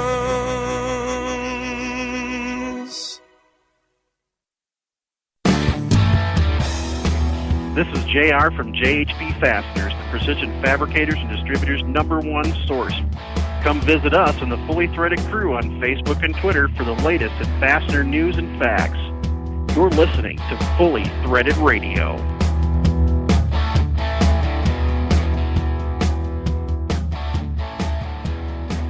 Fully Threaded listeners have heard it said repeatedly on the podcast that it's a small industry when you come right down to it, yet there are still a few people we've always wanted to have on the show who we never quite connected with. Isn't that right, Bri? Yeah, you're right. There are a few who left. Of course, most of them are really trying to get away from us. Yeah, you see them scurrying away in the halls of Vegas and elsewhere. But, hey, everybody, Brian and Eric back with you. We have a thusly described individual on the line with us now. Dick Ripley is an industry veteran, now with Lindstrom. Hey, Dick, welcome to Fully Threaded Radio. Guys, thank you. Pleasure to be on. I appreciate the opportunity. That's our pleasure. Yes, it is. Well, you're with a company that's kind of going through a little bit of an identity update as you are yourself, and we can discuss all of that. And I don't know. I'll just let you tee off on what's going on with Lindstrom. Thanks a lot, Eric. Lindstrom, the name Lindstrom Metric has been synonymous with metric fasteners for a long time. Oh, yes, it has. We're trying to change that identity. I've been on board since October 2014. Prior to that, I worked at Bright and Best, and that's where I got to know Mike Wren. And Mike's kind of taken Lindstrom in a new direction, and I'm just happy he invited me on board. We're first of all, we made our acquisition of Titan Fasteners at right about the time of the Fastener Show in Las Vegas. Great synergy, we think. We're looking for companies that we can bring on board that offer a value add proposition that are one or two in their market. Titan, Eric Kuchar and his late father Joe really built a strong small pack business with the Expeditors. They can box, bag with import and domestic standard fasteners. They've done a great job, as I said earlier, with the Expeditors. But we think there's a lot of synergy now in the Lindstrom segment because we're going to look at not only the standard pack, small pack fasteners, but also getting into some of the larger VMI guys that do quite a bit of business with Lindstrom, looking at their kitting opportunities and things like that. With Titan's addition to Lindstrom, we now carry 133,000 SKUs. So wow. Pretty broad product line, not just fasteners, but small item hardware, Class C items. So we're pretty happy with the acquisition. We're looking forward to getting the two business units together. Right now, Titan is going through a system change. You guys know how painful that can be. Oh, yeah, we're very familiar with that, actually. Yeah, absolutely. I think everyone has gone through it at one or two times in their life. But well, I'll tell you that headline really splashed across the industry news around the time of the Vegas show last year, and had a lot of people scratching their heads in a few different directions, I know, although it was something I think caught a lot of people's attention for other reasons as well. And we can talk about that a little bit more. Before we get into all of that, often we say that the best radio happens when we're not even recording, and usually that's after we turn the mics off at the end. But in this case, we were talking before we got the whole conversation started, and you had commented on Brian's deep Southern accent.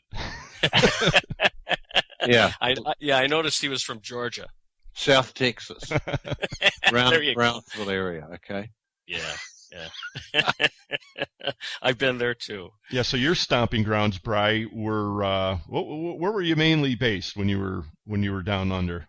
No, I grew up in New Zealand, but then I worked for an Australian company in New Zealand, so I spent a lot of time working in Sydney, and the result is when I go back to New Zealand, the New Zealanders think I'm an Australian. The Australians know instantly I'm not an Australian. Right. So what we were talking about with you, Dick, then, before we started the recorders, was you spent quite a bit of time down there canvassing the area and working the mines, I guess. And were you down there frequently enough where you could discern the difference between the accents? I wasn't, and I can't discern any difference between the accents, by the way. But no, I was mentioning that on behalf of Bright and Best, I had a lot of great experiences with Bright and Best, by the way. I worked with them for 6 years as a VP product manager. And one of the opportunities I had was to go to Australia and work with our affiliate there promoting the L9 system as a replacement bolt on heavy equipment that needs frequent service in the mine sites. And so just comparing notes with Brian about the country and it was really a great experience and saw a lot of nifty things. Oh yeah, well, especially in northern, they would have been flying you into the mines, I would imagine. Well, I took a couple of interior flights. I can't even tell you the towns. They were certainly weren't on the vacation strip. No. They're in what they call would be the hell area of Australia, up in the Northern Territories, and there's just huge swaths of the country are just open cast mines.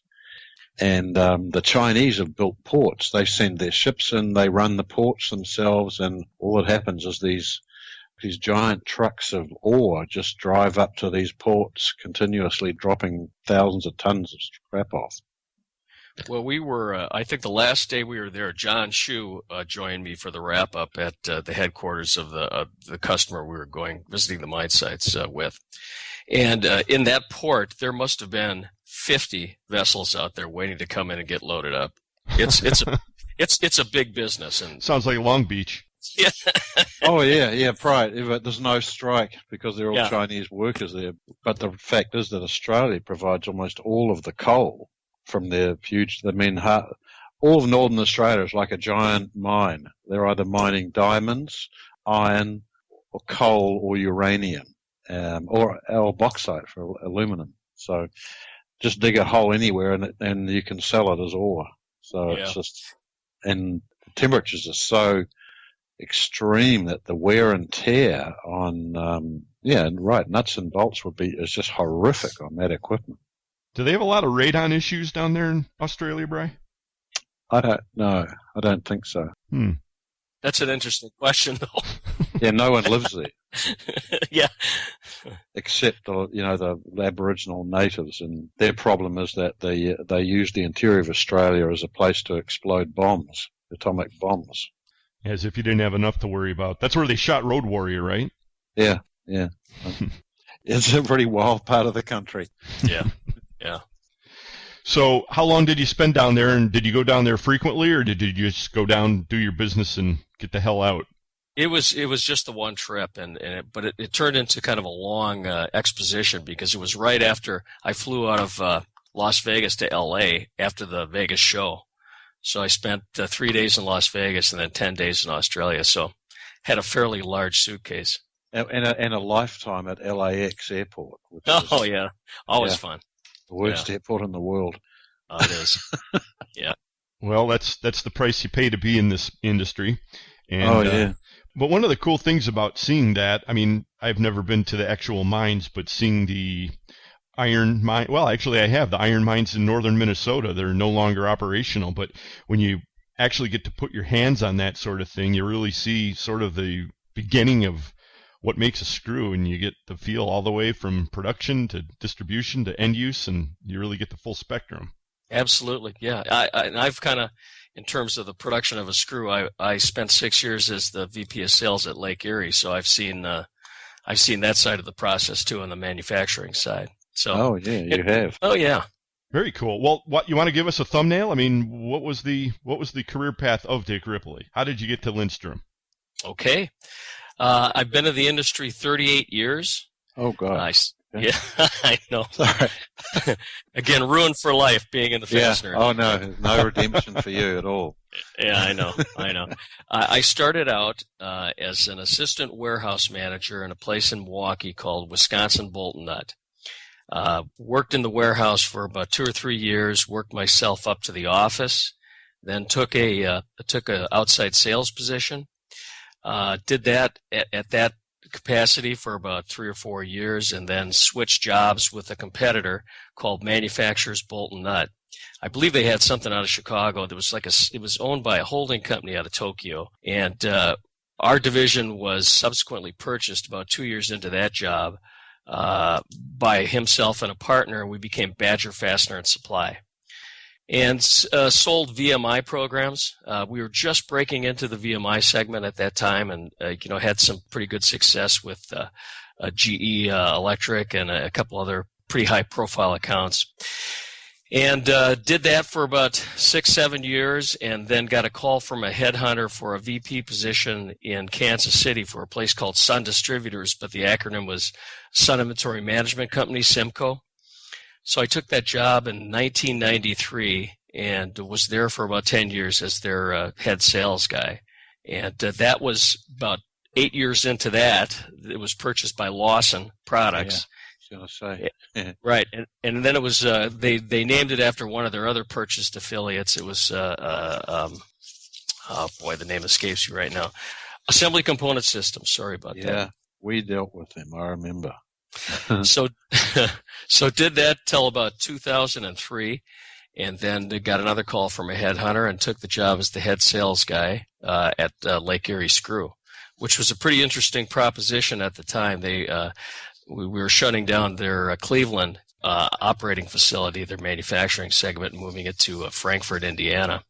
So I had a lot of moving pieces and a lot of balls in the air with that. And I think in my tenure there for 6 years, we went through 6 presidents. Wow. Oh, hell. Yeah. So it was a great job. I learned a lot, but it was also nerve-wracking. Had a lot of different stops and starts.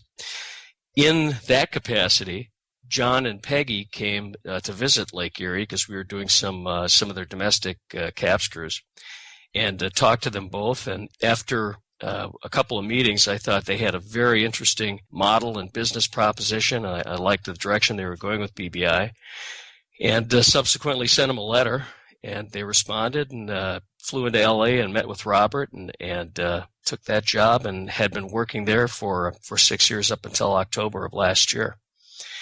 While I was at BBI as a VP of product manager, Mike Wren came on board from after the Heads and Threads meltdown. We were about a wall away. Yeah. Was that PC? Was that politically correct? Well, you work for Mike. We don't. Yeah.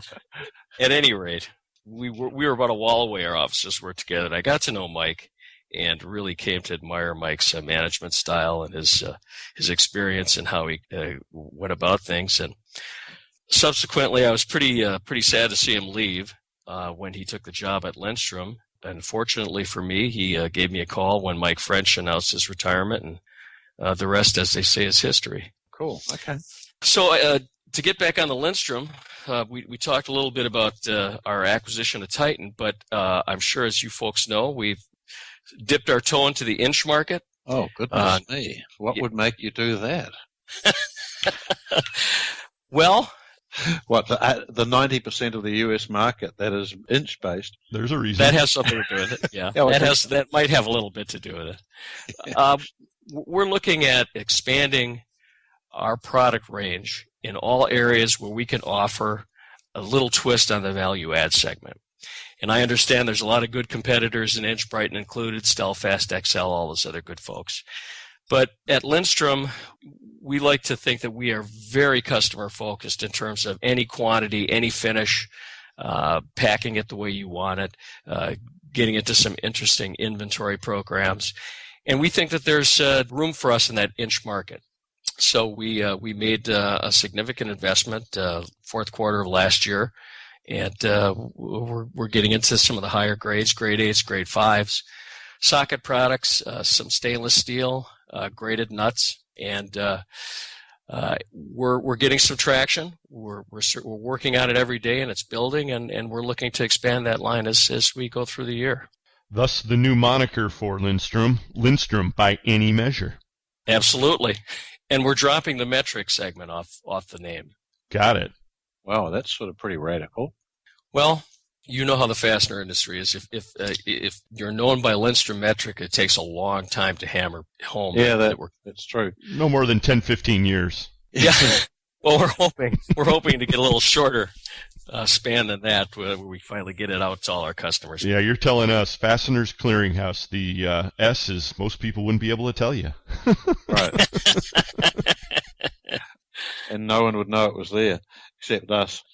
So you're heading off into a world the world that you've been in, which is metrics, is very carefully defined, and it's very easy to live in for that reason. You either have, your Bassard numbers, which is so specific, it isn't funny.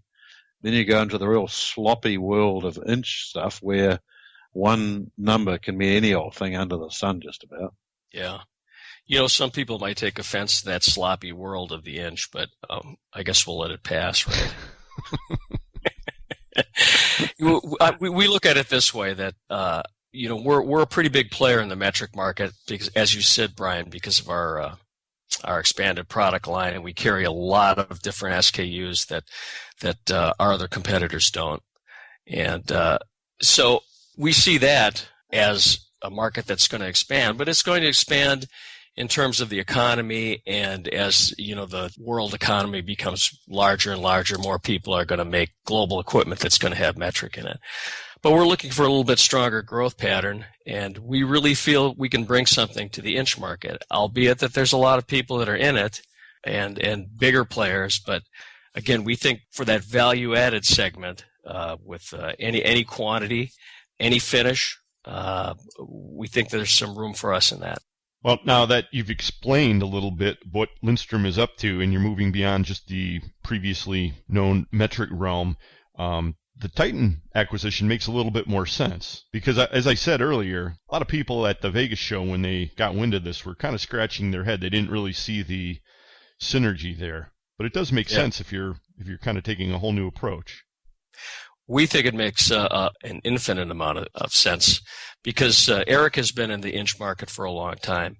He's been in the small pack market for a long time. Again, he's really a one or two in the market with the expediters in terms of custom packs. Lindstrom has a little bit more VMI business, the big box VMI business, but we feel that we can bring some of Eric's qualities into our divisions and start doing the kits and the small packs for some of these other players, really grow the business in that fashion.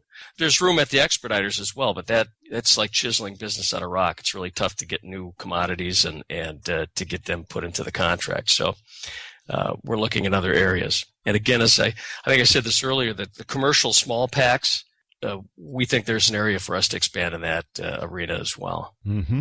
And on the other end of that spectrum, tell us a little bit more detail on the expansion of Mega's fabricating capabilities. Yeah, Mega, again, that's another, they were known as Mega Metrics. We're dropping the metric off of that name as well. Mega is our fab shop in South Carolina, and they've done, prior to this, they did large metric blanking, where they would take hex blanks or socket blanks and cut and thread and chamfer. Uh-huh. But we've expanded them now to several different material types so they can do a gamut of raw material. We've also gone into the inch side on that market as well. So they have inch hex blanks. And we've done some CapEx expenditures there to expand in the stud arena as well. And hydraulic saw, where we now have a lower cost operating base where we can compete against some of the other players out there. And that's really taken off nicely for us. We've had some pretty solid months first quarter of this year, so we're very optimistic about the growth pattern on the Mega side as well. Now, do you deal at the moment in L9 stuff? I mean, maybe you can go out to Australia in a different capacity. Well, now. I'd love to do that, but simply just for the air miles. Yeah. The L9s, it's a trademark product. So when you get into a high head like that, you have to actually come out with the corresponding nuts and washers. Additionally, the MOQs on some of the C and D items are very prohibitive because obviously manufacturers set up the machine and they have to run it for a certain amount of time, and you end up holding years worth of inventory on those items. So again, it's a good sale item, but it comes at a cost in terms of inventory volume. Right. Well, we'll be waiting a while to see those then. It might be. I don't. We'll see. Again, never's a long time. So this is true. It's much longer than the 16-hour flight or 15-hour flight to get up to Brisbane and then out to the mines. It's amazing, isn't it? Those long air flights. I mean, I'm just slightly claustrophobic, so I'll tell you, I'm a basket case. Right, that's absolutely the wrong place to be if you aren't perfectly happy sitting in a single seat for 10 hours before they even serve you a meal, okay? which you probably don't want. Yeah, not the best. Dick, with all of your experience, I'm sure you have a very interesting perspective on the West Coast port slowdown. And something you just said made me think about it. Maybe inadvertently, some of these companies who aren't as careful in their forecasting things and wound up with a whole bunch of euphemistically what becomes known as safety stock are actually making out pretty good because they've got that stuff sitting on the shelf, whereas the just-in-timers are sweating it a little bit. But whichever camp you fall into, can you give us your perspective on this whole problem with the jam? Yeah, I certainly can. It's just a mess. I think we're going to continue to feel it for the next 2-3 months, even though the dispute has been settled. If you've seen any of those pictures of the jam up at the West Coast ports, it's not a pretty picture. And they're saying that based on the slowdown and the work stoppage, that it could affect the GDP by 1%, which is amazing. Yeah. I mean, the economy was just starting to heat up. Yep, it's definitely not heating up quite at the moment. Yeah, so we've seen incoming shipments anywhere from 2 to 4 weeks delayed. I haven't talked to our purchasing manager in a while, but I imagine it's going to be, that number's probably going to be stretched a little bit until they start working down the pile of containers.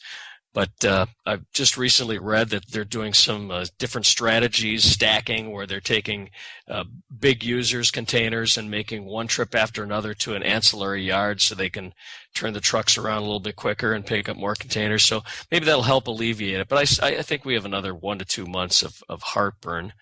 I don't know that we've seen any larger purchases based on it. Probably we have, but they've been sporadic. Hasn't had that kind of impact on our books yet, but business has been good. It's been steady. Well, do you think that there's going to be any long-term shift in importing habits as a result of this? Eric, people have such small memories, short memories, that, I think initially they will, especially if you look at some of the VMI guys, they really try to hold their inventory close to their vest, even though they really should be the ones that are holding the inventory burden for the OE. But, those guys try to play it as close as possible and rely on master distributors or imported product. So I bet you some of those people are going to be in trouble for at least the next quarter. But, after this all passes, I'm sure until I think the next contract is 2020, they'll forget about it. Oh, yeah, because there was an interesting article in the Wall Street Journal that sort of described all the relative percentages of the shipments into the West Coast versus the East Coast through the Panama Canal. Yeah. It was interesting, and they pointed out there that there was already been a shift, though not large, in the percentages. Okay. Yeah, and it's going to be interesting to see whether that's just a temporary situation or whether that's going to be permanent. I guess it's even more cost effective, right, in the Panama Canal? Yeah, I mean, they point out that the problem is the extra number of days, which means the shipping is higher, but then congestion's a problem, and you can get all the efficiencies get completely lost if something sits on a wharf for a month. Yeah. Yeah, that reminds me, several years back, I was at an NFDA meeting, and, what was it, 7-8 years ago was the last time the ports really backed up. I had a conversation among other people enjoying it when it was Barry Porteous. And incidentally, he was fresh off a cruise in which he went through the Panama Canal. He was telling everybody about that experience. But people were asking him, why wasn't it more prevalent to go around and head up to the East Coast? And he said he tried every way he could possibly think of to make that work. And during that last slowdown, it just wasn't going to be economical. And so they took it on the chin mainly. I mean, they did a little bit of it, but it just wasn't something they wanted to continue with. Brian, that article on the Wall Street Journal you were reading, did it mention anything about the widening of the canal having an impact on that? I mean, maybe conditions are different now. Well, there's two things going on, aren't there? One is the widening of the canal. There's another one, which we don't know where in the hell it's going, is an attempt in, is it Nicaragua? I forget, one of the countries to build a completely new canal. I mean, they're attempting to build an entirely new canal. I hadn't heard that. No. Go and look it up, okay? Now, are the Chinese going to own this also? I don't believe so, but... Well, Obama should give it to them immediately. I'm sure they'll be building it, okay? Oh, man. Now, is this something that's actually going to be built, or is it in the process of being built, or is it just on the chalkboard? It's slightly past the chalkboard, but I think it has to get... It just seems impossible to me, but whatever. They originally thought the Panama Canal was impossible, too. Well, fully threaded listeners will be the first to know. Right. Yeah. I'll call McNulty and have him keep his eyes on that one. Right. Dick, I have to ask you, and you among anyone knows that the industry is always quick to jump on rumors and anything that even remotely smells like a rumor. But of course, you were both, you and Mike Wren were both at BBI. Mike not for very long, but when he moved over to Lindstrom, that raised a few eyebrows. People were thinking, okay, maybe BBI is going to get into that, and they sent Mike over there kind of as an advance party. And then when you went over there, I'm guessing you heard a little rumbling over that. Did you take flack over that one? Not really.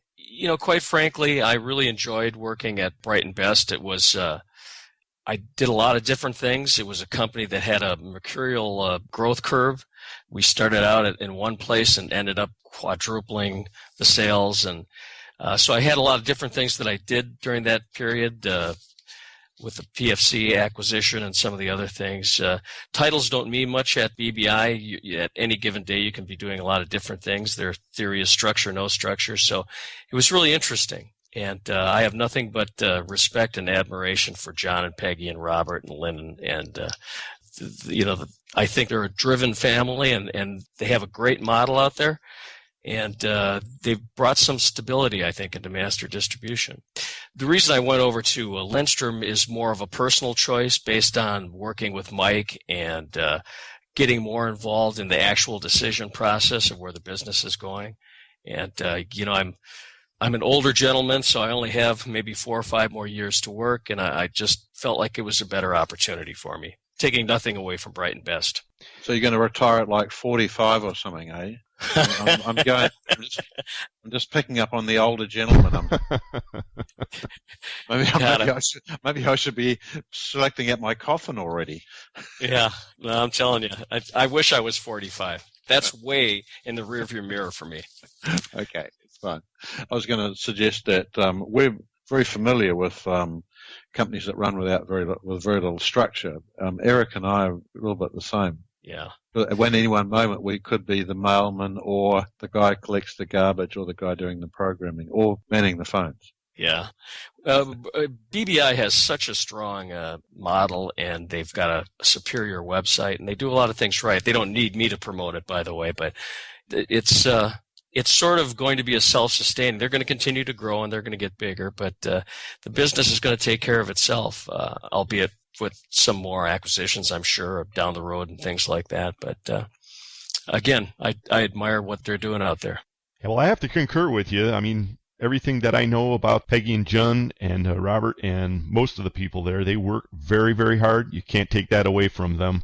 And I'll also tip my hat to Mike, because I have always had a great respect for Mike Wren. And you have to say this about him also: the man knows a good cigar when he puffs on one.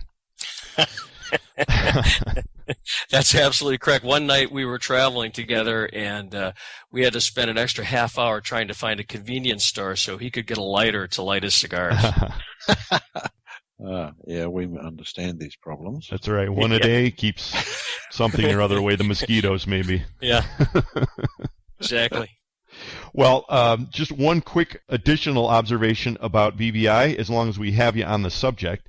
What did you make of the EasySocket acquisition, and what do you think that portends for that space in the industry? Well, I think it makes a lot of sense for BBI, because that's their legacy product, sockets, and they're just doing what they're going to continue to do, which is, they cast a pretty big shadow out there in terms of the market. They sure do. And EasySocket makes sense for them to acquire, because it's products that they can easily assimilate. It's market share and components that they can take up without too much trouble. So I look, it makes sense to me. Right. Now, speaking of legacy products and so forth, I was reading on the Lindstrom website, Verge's name still appears on the masthead, and that was nice to see. What exactly is Verge doing these days? He is our chairman emeritus. Oh, that's a great title. I know. Brian strives for that one. Yeah, I know. I want to be one of those. No, you'll have to stand in line behind me, because I'm next. Okay. I'm very patient. I can stand in line behind lots of people. Okay. Verge has built up one heck of a business, and it has a lot of great people that work at Lindstrom. That I think that's one of the differentiations between ourselves and some of the other master distributors. All of our people that are on the phone and that are dealing with customers really know the metric product, know the customers, know applications. So you're not just looking at a website and looking at prices. You can actually call, and a warm, knowledgeable human being will answer the phone and can give you details about the product, which a lot of people in this industry like. Absolutely. Yeah, and you know how year after year it seems like there's a lot of changeover in terms of the purchasing detail and fasteners. So there's a lot of people sitting in chairs ordering product that don't understand it, and particularly on the metric side, where it's it's a little bit more complicated than the inch standard, or not as well known, I guess, is a better way to term it. And our people offer a great amount of support in that arena. And back to Verge, he's built a tremendous team. There's Rick and Bernie are two other vice presidents, and John is the manager of the fabricating division. They've worked there for years. They know their stuff. They're great resources, and so he's done a great job. I think he and Mike talk on a weekly basis in terms of what we're doing with the business, and I know that Mike gets Verge's counsel when he needs it, and and they still strategize together. So Verge is a great asset to have on board, regardless of what we call them. And on top of all of that, those are all good things to hear, but on top of all of that, Lindstrom, along with lots of other great, well, I shouldn't say lots, but a few select great companies such as Stealthfast, Metric and Multi-Standard, and several others are participating in the INxSQL Direct Connect program, and that can do you nothing but good. And we are going to participate in that. That INxSQL is what Titan has, that's their new operating system. And we are probably going to start converting the Lindstrom side somewhere in Q3, Q4 of this year. Oh, I didn't know if that was ready to be announced publicly, but I'm glad to hear that announcement being made. And, of course, folks, the Direct Connect system is quietly supported in the background with, of course, your favorite software in mind, the Scrubber. So there you go, full circle, Bri. This is true. In fact, at this moment, not exactly, but in the last hour, I've been looking through screeds and screeds of Bassard numbers tied up with Lindstrom stock, actually. It's good to have that cross-reference, isn't it? You know, the interesting thing is, we started off, look, these Bassard numbers are great because you don't have to fiddle around working out what is this thing. If you can find a Bassard number, you know exactly what it is, okay? Nearly as good as the DIN numbers. The DIN numbers don't tell you the material, but Bassard numbers tell you the material and the finish. Yeah. And so they're great, but you can't really use them in public. Only people allowed to use them as Bassard themselves, so you can't give users lists of cross-reference numbers to look up because Bassard sends the lawyers over to your door. Okay, no comment from the interviewee. Okay, right. Well, we'll move right along, and we'll just say that. However, in addition, they're very good. They're very good means of looking up items if you have a Bassard number, and you can do that on Fastest Clearinghouse too. None of them are shown in public. That's all. Yeah. Well, we still have. It's now called the Lindstrom Bible, but it's the old Bassard Blue Book. And you know how large that thing is. It's huge. Like carrying an anchor around. Yeah. We also though have a technical manual that Bill Unforth put together for us. That is it condenses it. It hits more of the technical points where you don't have to look through 800 pages to find what you're looking for. So we're making an effort to make it a little more user friendly. There's another short timer in the industry, Bill Unforth. What's he got, like 70 years? Yeah, but I'll tell you, he's forgotten more about metrics than most people will ever know. Right. And we still use Bill on a lot of projects and a lot of details for specifications because, the guy is just a dictionary of knowledge. So, in fact, he and I are taking a little engineering trip to Canada in the next month to help one of our customers, OEs, understand metrics better. So, a great resource. Yeah, absolutely. Well, nobody can say that Lindstrom does not have a deep bench, and that is great to hear. So, Dick, how do people get a hold of you? What's the best way that they can learn more about Lindstrom? That would probably be on our website. And we know the address for that. It is, of course, www.lindfastgrp.com. And I myself am interned in our Elgin sales office as I live in Chicago, so I can be reached here as well, and or Dick at lindfastgrp.com. And that phone's going to be ringing off the hook. I hope so. Keep those cards and letters coming. Right, yeah. That's the ones they don't send to us all the time, okay? Yeah, well, we just get mildly veiled insulting emails from time to time. I'm sure Dick's going to get something a little bit better. Hopefully. Well, Dick Ripley, you've been in this industry for a long time. You know a lot. You know a lot of people. And, again, you're one of the guys that we've wanted to connect with for a long time, and we're so glad we finally got to it, and especially now that you're with Lindstrom, a great company and also one of our great title sponsors these days. So thanks for joining us. Yeah. Thank you both. It was my pleasure. Okay, Matty. We'll catch you again. And we'll be right back with more Fully Threaded Radio. They're like more cowbell for the fastener industry. Brian and Eric. Fully Threaded Radio. You probably know that Lindstrom is an industry leader in metric fasteners. And there's a good chance you know we recently expanded to provide a wide range of high-grade inch fasteners. But what you probably don't know is that Lindstrom has made a serious commitment to earn your socket business. How serious? Well, let's start with 11,000 products. Announcing Lindstrom's expanded line of socket products, including socket head cap screws, flat head socket cap screws, button head socket cap screws, socket shoulder screws, and more. Plain, plated, or patched, in a full range of inch and metric sizes. Special lengths and thread pitches available through in-house fabrication. Always packed to your specification. Lindstrom. Flexibility, choice, and value at every turn. Here for everything distributors need. To learn more about Lindstrom and our expanded line of socket products, visit LindstromSockets.com. Lindstrom, by any measure. To speak with a sales representative, call 1-800-328-2430. ND Industries has been solving customers' toughest problems through innovative technologies, competitive pricing, and industry-leading service since 1955. A family-owned business, ND Industries manufactures and applies fastener locking, bonding, sealing, masking, and assembling products. Their pre-application process makes fasteners ready to use at the point of assembly, resulting in reduced labor costs, time savings, and superior quality assurance. As a fully integrated company, ND handles all aspects of operations, from formulating custom chemical compounds and coating fasteners to providing inline inspection, packaging, and delivery services. ND Industries serves the global market with 13 divisions in the continental U.S. and also facilities in Taiwan, China, and Turkey.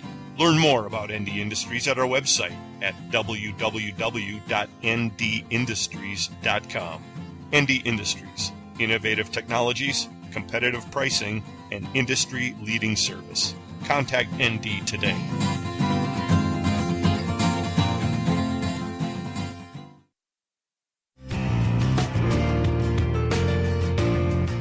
Looking for package fasteners of all kinds?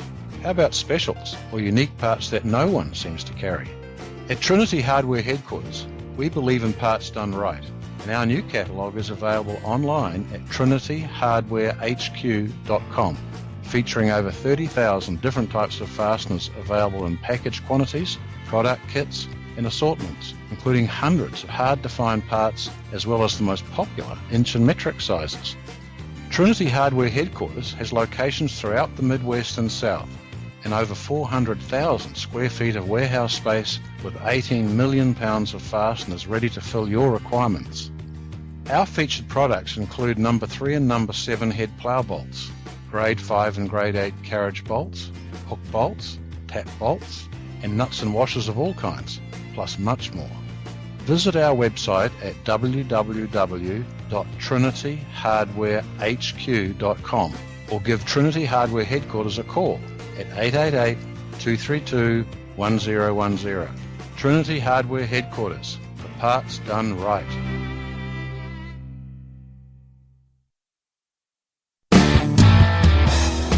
Hey, this is Tracy Lehman from Pacific Warehouse Sales, and you're listening to Fully Threaded Radio.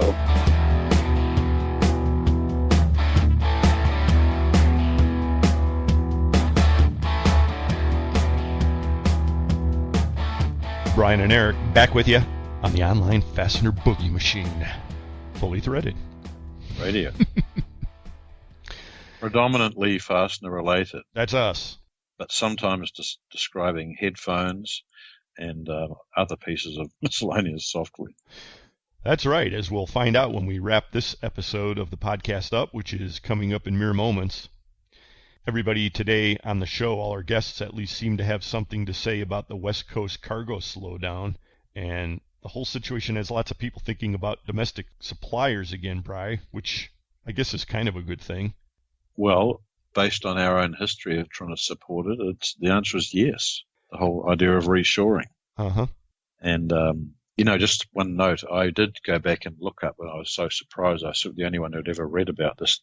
Is an attempt to build a canal through Nicaragua, 3 times longer than the Panama, I believe. It's financed by a Chinese businessman who's made his money out of cell phones, apparently, and many people regard it as impossible. And it's meant to be designed to be 3 times bigger or wider than the current Panama Canal, so that ships of the future can pass through easily. This is the theory. Okay. Well, we were discussing this, of course, during the previous segment with Dick Ripley of Lindstrom, and we'll have to stay tuned on that one, see if it actually comes to pass. Yeah. Getting back to reshoring, kind of a timely comment you made on that, because I got an email from the Reshoring Initiative. They've redeveloped their website.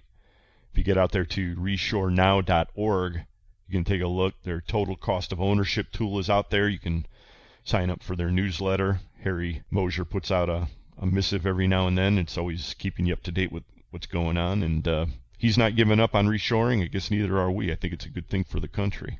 Yeah, right. And I don't think our guests are giving up on it, even though some of them are involved in importing. I think they're all pretty well grounded across the industry, and I don't think it's entirely going away in the fastener world anytime soon. So why don't we give a big shout out to our guests. Today they were of Lindstrom, Mr. Dick Ripley, and of IPC, Michael White.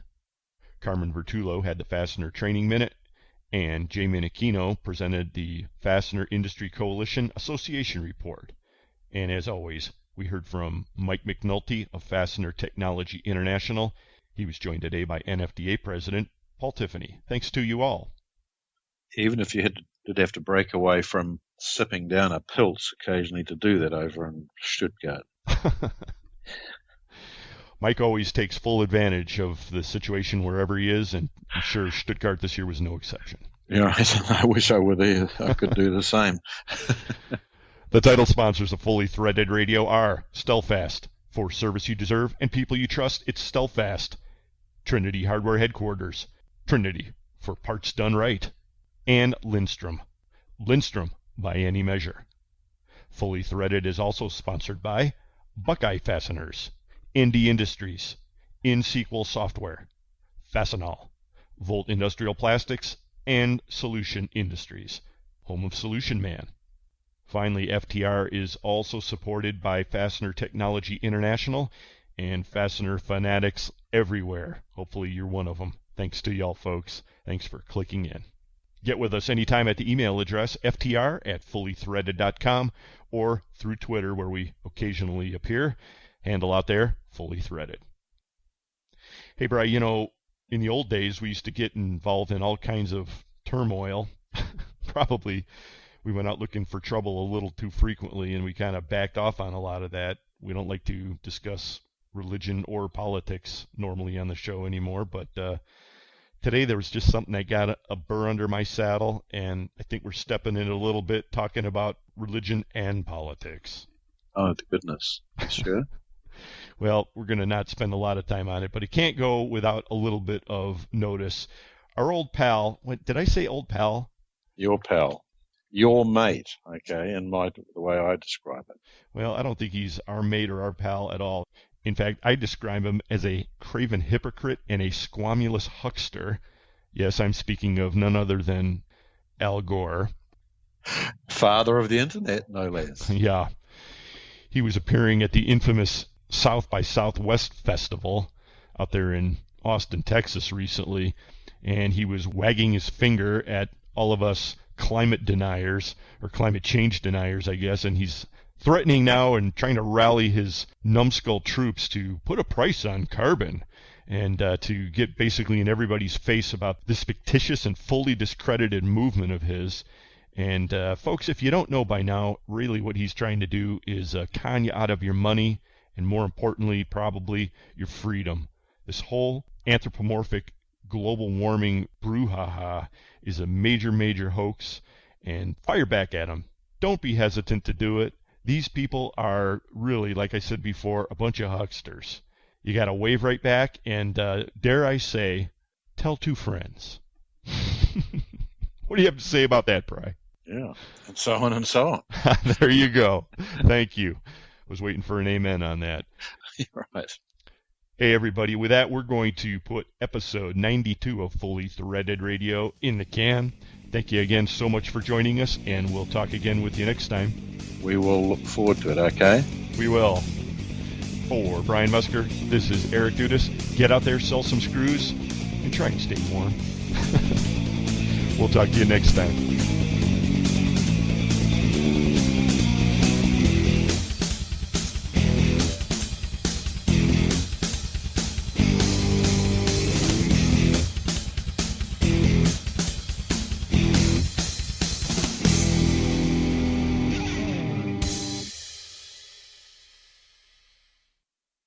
Fully Threaded Radio is a production of Fastener's Clearinghouse. Music provided by Audionautics. And so on, and so on, and so on.